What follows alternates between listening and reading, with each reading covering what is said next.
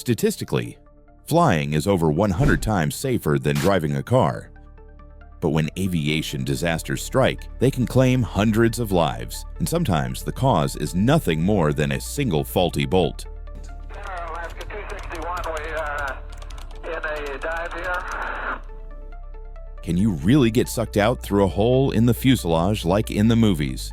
Is there any chance of rescue if a plane crashes in the mountains or ocean?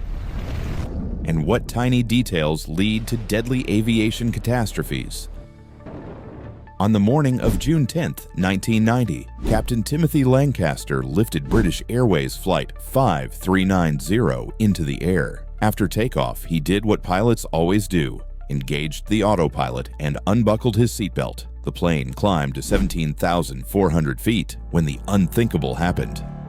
The windscreen in front of the captain suddenly blew out. Within seconds, explosive decompression ripped the cockpit door off its hinges, filled the cabin with fog and swirling wind, and did the most horrifying thing of all. It sucked Lancaster into the gaping hole. But his legs caught on the control panel, and the captain became stuck, pinned by the raging airflow. While panic erupted among passengers, the crew reacted instantly. One flight attendant grabbed the captain around the waist, while another cleared debris from the control panel so co-pilot Alistair Atchison could stabilize the aircraft. But the autopilot had disengaged, and the plane was rapidly losing altitude, diminishing the chances of survival for all 87 people aboard. Though the co-pilot began an emergency descent, he wasn't sure he could land a plane designed to be flown by two people. To make matters worse, the flight attendant holding the captain was quickly becoming exhausted from the fierce wind and freezing temperatures. Another crew member had to take his place. The crew was convinced Captain Lancaster couldn't possibly survive outside the aircraft in those horrific conditions. With crushing pressure in temperatures of 1 degree Fahrenheit, they began to doubt whether they should keep holding on to him. But Atchison absolutely forbade even thinking about letting go, because the body could get sucked into the engine and doom the aircraft to certain disaster. Atchison contacted Southampton Airport and received clearance for an emergency landing. The pilot realized that literally everyone's life depended on him. 22 minutes after the incident, he managed to land the plane safely. Rescue crews arrived immediately. The passengers were terrified, but uninjured, which couldn't be said for the captain. Medics removed Lancaster from the aircraft and checked his pulse to officially pronounce him dead. But incredibly, they discovered the man was alive. Later, he revealed that he had managed to turn his head to breathe, but quickly lost consciousness. Amazingly, Lancaster suffered only frostbite, a broken arm and finger, several cuts and bruises. He underwent treatment and psychological therapy, and returned to flying just 5 months later. The investigation showed the disaster happened because no one had checked the aircraft after a recent windscreen replacement. The engineer who performed it decided to replace the bolts too, but installed ones that were half a millimeter thinner, so the bolts couldn't hold the window in place. The happy ending of Flight 5390 is more the exception than the rule. Flight attendant Michelle Honda and the crew of Aloha Airlines Flight 243 learned this the hard way. By April 28, 1988, their 19-year-old Boeing had logged about 35,000 hours flying between the Hawaiian Islands, completing 90,000 takeoff-landing cycles. That April day, the plane passed inspection and completed 3 flights before taking off once more from Hilo to Honolulu with 95 people aboard. The 35-minute flight began normally. First Officer Madeline Tompkins and Captain Robert Schornsteimer controlled the flight, while Michelle Honda and 2 other flight attendants helped passengers. When the Boeing reached 24,000 feet, the cabin suddenly decompressed. Seconds later, the roof tore off above the first 6 rows and ripped away the cockpit door. At that exact moment, flight attendant Clarabelle Lansing was talking to passengers when she was suddenly sucked into the gaping hole before their eyes. Another flight attendant was buried in debris and fell unconscious to the floor, while Michelle Honda suffered a head injury but remained conscious and tried to help passengers. But there was nothing she could do for those who found themselves in the open air at -67 degrees Fahrenheit with wind speeds over 300 miles per hour. For the same reason, she couldn't reach the cockpit to find out if the pilots were alive, since radio contact had been severed. Meanwhile, Madeline Tompkins and Captain Schornsteimer saw sky instead of their aircraft's roof and understood the severity of their situation. Schornsteimer, an Air Force veteran, took control and began a steep descent, while Tompkins contacted air traffic control at Maui Airport. She finally received landing clearance, but accomplishing it would be a true miracle. After decompression, the plane began rocking side to side. Later, it was discovered that it couldn't reduce speed to the required 155 miles per hour. The slower the plane went, the less controllable it became. Meanwhile, Michelle Honda felt the plane slowly descending and decided to secure her colleague's body, which lay at the very edge of the torn fuselage. Honda was convinced the woman was already dead. When the captain reached the airport and prepared to land, indicators showed the front landing gear hadn't deployed. But given the aircraft's horrific damage, they had to land immediately. That wasn't the plane's only problem. He could only reduce speed to 195 miles per hour, which was 46 miles per hour over the limit. Then the Boeing's left engine failed. Schornsteimer didn't know if the passengers were still alive. Saying goodbye to his own life, he aimed the plane at the runway and miraculously managed to land it. This landing is still considered one of aviation's greatest miracles because, by all laws of physics, the plane should have disintegrated in midair. Besides the fuselage and engine, both wings, the tail, and stabilizers were damaged. The greatest miracle was that everyone remaining in the aircraft survived. However, 65 people were injured, some extremely seriously. Rescuers weren't prepared for such a scale of disaster, so victims were transported even in tourist buses. The only fatality in this catastrophe was Clarabelle Lansing, who had worked as a flight attendant for 37 years. The cause of the disaster that claimed her life was essentially the aircraft's age. Rivets had worn out, fuselage parts were poorly connected, and metal had corroded. Perhaps the flight attendant's death could have been avoided, because it turned out that one passenger had noticed a crack above the cockpit before takeoff, but didn't report it. The passengers of Alaska Airlines Flight 261 couldn't see similar warning signs to prevent what happened to them on January 31st, 2000. Alaska 261, we are in a dive here. This flight departed from the Mexican city of Puerto Vallarta, bound for Seattle, with a planned stop in San Francisco. Among the 83 passengers was 34-year-old Colleen Horley, who had been celebrating her birthday in Mexico and was returning home to her fiancé and wedding preparations. For over 2 hours, the flight proceeded normally, but near Los Angeles, something went wrong. The pilots noticed problems with the horizontal stabilizers, a crucial component for aircraft control. Captain Ted Thompson and First Officer William Tansky reported the malfunction to Los Angeles Air Traffic Control.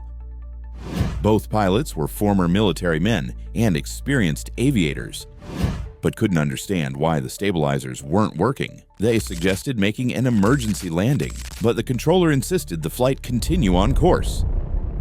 Then something happened that nobody expected. At 31,500 feet, the aircraft entered a steep dive. For 80 seconds, it plummeted nose down while the pilots tried everything they could, simultaneously reporting the problem to ground control. Hearing Captain Thompson calmly say their plane was falling out of the sky, the shocked controller asked him to repeat.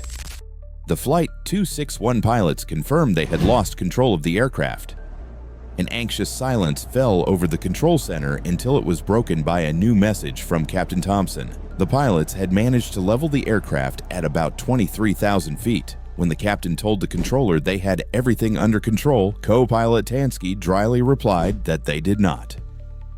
This was also heard at the control center, and everyone agreed. After receiving clearance for an emergency landing in Los Angeles, the captain informed the passengers, trying not to frighten them. But people who had just experienced a steep dive knew the flight wasn't going according to plan. Colleen Horley realized she would never make it to her wedding.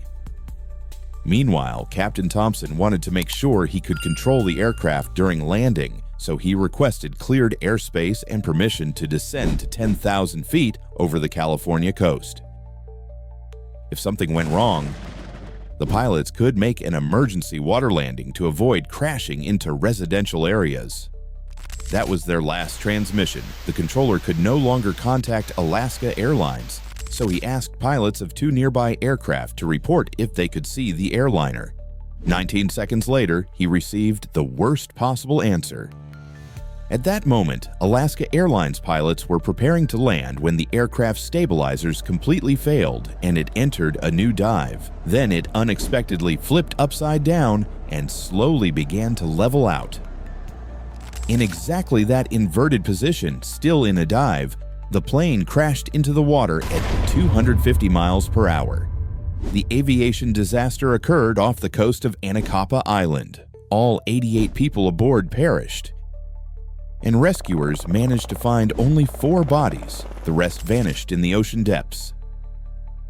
Families of the victims demanded answers, and Alaska Airlines claimed they had inspected the aircraft the day before. But investigation showed the crash was caused by a single screw that controlled the horizontal stabilizers. It had severely worn due to lack of lubrication. But that's not all. It turned out that at the time of the crash, federal investigators had already discovered previous violations at the airline, and Alaska Airlines mechanic John Liotine had provided them with extensive evidence. However, in 2001, Liotine suddenly reached an agreement with the airline, and no case was ever brought against them. Instead of justice, victims' families received only a memorial with name plaques. Meanwhile, Alaska Airlines was and remains one of North America's largest carriers. Just like Japanese airlines dominate Asia, their planes still carry huge numbers of passengers on busy domestic routes between Tokyo and Osaka. On August 12, 1985, this route was served by an 11-year-old Boeing. Flight 123 carried 524 people, including crew. Among them was young flight attendant Yumi Ochiai, this time flying as a passenger. The plane took off and began climbing. In the cockpit that day were Captain Masami Takahama, First Officer Yutaka Sasaki, and Flight Engineer Hiroshi Fukuda, who had colossal experience. What could go wrong? But 12 minutes after takeoff, at approximately 24,000 feet, something exploded aboard the aircraft. The plane instantly filled with thick fog, and oxygen masks dropped in both the cabin and cockpit. Yumi Ochiai and the flight attendants immediately rushed to help passengers, while the pilots realized something terrible had happened. The aircraft began rocking like a ship in rough seas. The crew immediately contacted air traffic control and requested permission to return to the airport. The pilots didn't know they had lost their vertical stabilizer, the same component whose damage caused the Alaska Airlines crash. As we already know, it's nearly impossible to fly without it. But the pilots noticed something that left them speechless. The aircraft's hydraulic system had failed. This system controls landing gear deployment, flaps, aircraft steering, and braking. So the uncontrollable Japan Air 123 flew deeper into the country, losing altitude and shuddering like a leaf. But the crew continued keeping the aircraft airborne. At approximately 15,000 feet, the Boeing stabilized. The controller thought the danger had passed and contacted Japan Air again. But Captain Takahama replied that the aircraft was uncontrollable and their efforts were hopeless. They continued fighting until the Boeing dove steeply toward Mount Takamagahara. The plane instantly lost speed. Up to this point, they had managed to keep the flight airborne for 32 minutes after the explosion. Then the Boeing's right wing struck trees on a mountain ridge, and Takahama said in Japanese that this was the end. The aircraft crashed and exploded seconds later. Just 20 minutes after the plane crashed, American military personnel from a nearby base were ready to dispatch rescue teams. but Japanese authorities forbade them from approaching. The crash occurred in mountains at 5,135 feet at 6:56 p.m. When Japanese helicopters finally reached the crash site, darkness and difficult terrain prevented rescuers from landing. The rescuers decided to return in the morning. Only after 16 hours did rescuers find the aircraft's tail section and notice a woman moving there. It was Yumi, who had managed to survive the night. Besides her, survivors included Hiroshi Yoshizaki and his 8-year-old daughter Mikiko, who were also sitting in the rear section, and 12-year-old Keiko Kawakami, found at a treetop almost uninjured. No one else survived. Among the wreckage, rescuers found countless farewell notes. In the final minutes before the plane crashed, passengers were saying goodbye to their loved ones and their own lives. Doctors confirmed that many more people survived the crash but didn't live to see rescue. So Flight 123 claimed 520 lives. And it happened because 7 years earlier, that Boeing had suffered damage to its rear pressure bulkhead, which was poorly repaired. As a result, it cracked, caused explosive decompression, and became Japan's deadliest aviation disaster. If damage to just one component can cause such devastation, is aviation really that safe? Actually, even perfectly functioning aircraft that never left the ground can be deadly. This is the story of KLM and Pan Am flights on March 27, 1977. Spain's Gran Canaria airport was closed due to a bomb threat, forcing flights headed there to land on Tenerife instead. Passengers were frustrated, so American Pan Am flight attendant Dorothy Kelly had to calm them down. That day, she was working first class instead of her usual section. The senior flight attendant was afraid to make announcements because of her French accent, so she and Dorothy switched places. Pan Am carried 380 passengers, mostly elderly, while the Dutch KLM transported 235 passengers, 52 of whom were children. Tenerife Airport had only one runway, and the additional flights created overcrowding. When they were finally cleared to continue their journey, weather deteriorated and thick fog enveloped the airport. Finally, air traffic control instructed KLM to taxi to the end of the runway, turn around 180 degrees, and report readiness for takeoff. Captain Jacob Van Zanten followed instructions and ordered his crew to check if everything was ready. Meanwhile, Pan Am Captain Victor Grubbs was ordered to follow the same runway, turn off at the third taxiway, and continue on a parallel route, but the controller spoke with a noticeable accent, so the captain had to ask for clarification. You want us to turn left at Charlie 1, taxiway Charlie 1. Negative. Taxi straight ahead. Up to the end of the runway, and then taxi right. When Pan Am reached the third taxiway, they discovered they needed to make a 135-degree turn, practically impossible for their aircraft. So the crew decided the controller had made an error. They needed to take the fourth taxiway instead. Further down the runway, KLM reported readiness for takeoff. The controller gave instructions that Captain Van Zanten interpreted as clearance and began his takeoff roll. The co-pilot informed the control center they were taking off. Since this phrase wasn't standard, the controller interpreted it as just readiness for takeoff and replied, "Okay." 1736, report runway clear. Okay, we'll report when we're cleared. So the KLM captain was convinced he could take off. Meanwhile, fog had reduced visibility to 330 feet, and Pan Am's crew couldn't find the correct turn because the taxiway lights weren't working. When KLM had already begun takeoff, the controller asked Pan Am to report when they cleared the runway. KLM's flight engineer heard this and nervously told the pilots that another aircraft seemed to still be on the runway. But Captain Van Zanten was convinced he had clearance and confidently replied that everything was fine. When Pan Am's pilots saw another airliner racing toward them, they gunned their engines to maximum power to get off the runway as quickly as possible. But KLM's captain also applied full power, hoping to take off in time. But it was too late. At 161 miles per hour, the KLM flight crashed into Pan Am.